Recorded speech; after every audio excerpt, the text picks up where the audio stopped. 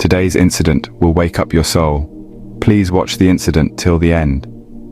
In today's video, we are going to tell you about a woman. The child that the woman gave birth to after marriage was not a human, but a snake's baby. Watch the full video for details.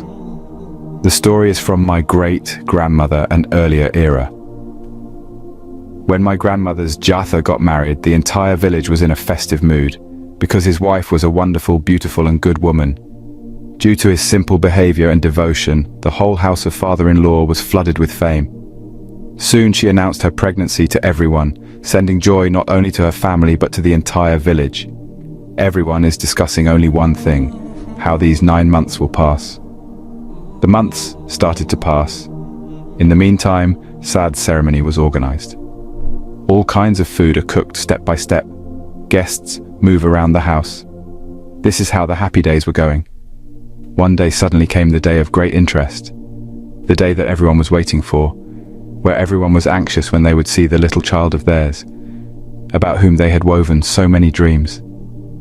A daima who has given birth to many children of the village was called. But what is this? The house, which was filled with so much joy, became silent at the sight of the child's face. The mother who is called to be responsible for the birth of the child is also sitting in surprise. What child did he come to give birth to, and what child did he give birth to? Is it God's power or a curse? Because the child that is born is not a human child, it is a snake child. Taking the child in her hands, the mother said to my grandmother's mother-in-law, "This child is a snake's child. How do you keep it? What will you answer to all relatives? Such a child was born in the house of a Muslim? Do one thing: you kill the baby, and let everyone know the baby was stillborn." On this, Dada said, "Okay, Mum, you hide it from the society. I am going and talking to Kashem's father." He went to his grandfather, and then both his grandfather and grandmother went to their son Kashem. He said to Kashem, "You should immediately go with your father and kill this child." Dada said, "Go and bring the child from the wife. We will bring him under the ground in the dark of night." Hearing this, Kashem went to his wife Shenaz and said, "Give the child. We will bury him." Shenaz cried because she is a mother. She has been carrying her for 9 months. She understands how her child has grown little by little in her womb. It is not possible for any mother to rush her child to death in this way. So she pleaded with her husband not to kill her child. He said, "I will keep my child behind everyone. I will not let him come out. You convince your parents and inform everyone that our child is dead." Kashem went and convinced his parents somehow, because somehow Kashem is the father of that child. They named their child Abu. Shenaz feeds her baby in a cup, and one of the room puts her to bed. As time went by, Shenaz got pregnant again. This time everyone was afraid that the unborn child would be a snake again. Everyone started to spend their days in fear. By the mercy of Allah Ta'ala, this time a daughter lightened the house of Shehnaz and Kashem. Everyone was overjoyed to have a beautiful baby girl. Grandmother Meherunessa lovingly named her daughter Ferdus. Everyone's favorite middleman Ferdus is growing up, but he is never allowed to go to the room to play. When Ferdus also went to that room, he was scared to see Abu Dadi said to her grandmother Shehnaz, "Grandmother, keep this snake of yours away. My granddaughter will be harmed." To this, Shehnaz says, "Abu Lakshmi is a good boy. He keeps quiet at my one sign. He will never harm Ferdus." Still unwilling to accept the grandmother, he said, "No, no. What if I ever hurt my granddaughter? Be careful in advance." Shehnaz said nothing more and went to the room and placed Abu on the bed and said, "Father, I know you're my child, but even if you are a mother, not everyone can accept you like me. Everyone is afraid of you. So when I am not in the room like Lakshmi boy, how will he go and sit?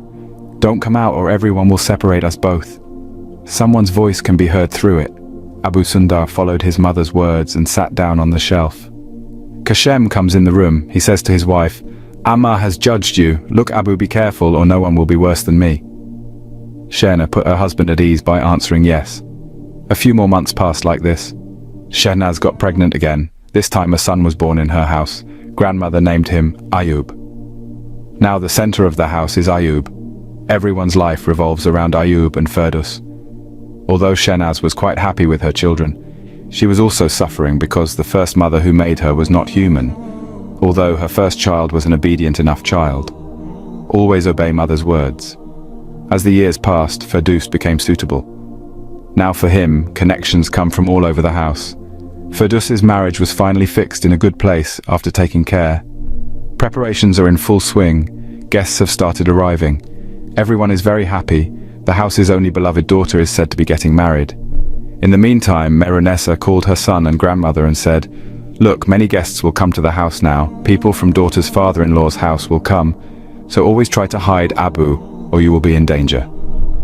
Kashem said that there is no problem. Abu will be hidden.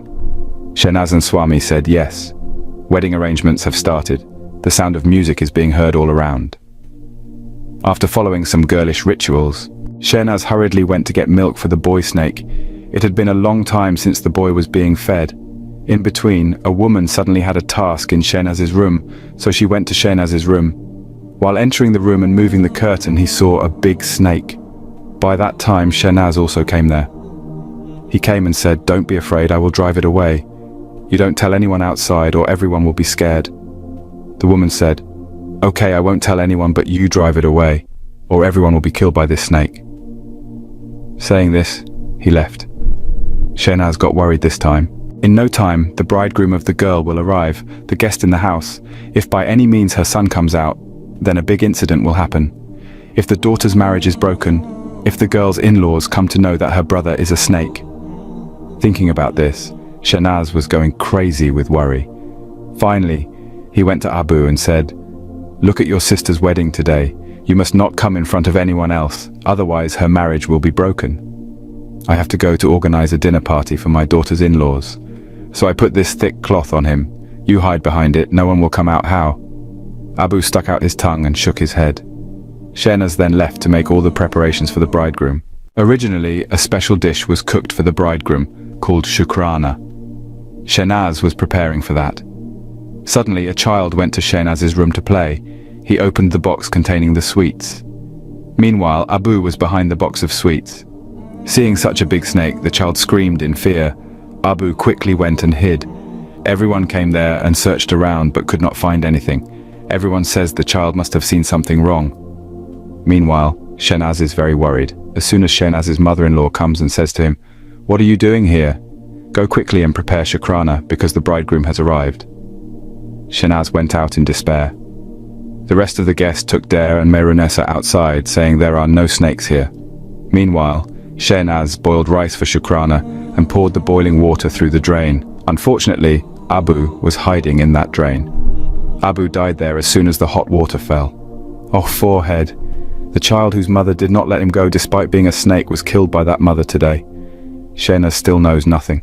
The bridegroom arrived, everyone was entertained, Ferdous's marriage was announced, he was sent away. All the guests left after eating the food.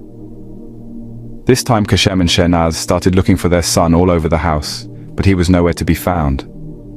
Shehnaz was crying and crying. After some time, Shehnaz's younger son carried his elder brother's dead body in his arms. Seeing her son dead like this, Shehnaz's condition started to deteriorate. When Ayub took his brother's body to leave, Shehnaz tied her son and said, "Don't take him, let him stay with me tonight at least. I want to see him alive. I want to keep him by my side." Everyone was moved by her tears and everyone gave her permission. At night, Shehnaz Abu's dead body is sleeping with great care. Suddenly he dreamed that his elder son was sitting at his feet. Abu saying, "Mother, I am your elder son. Maybe I could not be born as a human, but you have given me the love I deserve as a child. You have fulfilled all the responsibilities. Meanwhile, I am gradually fulfilling the responsibility of being my eldest son. You sell my body, fulfill all your needs. I go to my original destination." He said and left. Shehnaz shouted, "Abu, Abu!" Everyone came there after hearing her scream. Come to the room and see Abu's dead body next to Shehnaz, because that dead body is wrapped in gold. Seeing this, Shehnaz cried and placed her at her mother-in-law's feet and said, "Amma, you could never accept Abu as your eldest grandson, but see how he has fulfilled his duty." In my dream he came, saying he was fulfilling his duty of being his eldest son. Tears are rolling in the eyes of everyone in the room after hearing Shehnaz's words.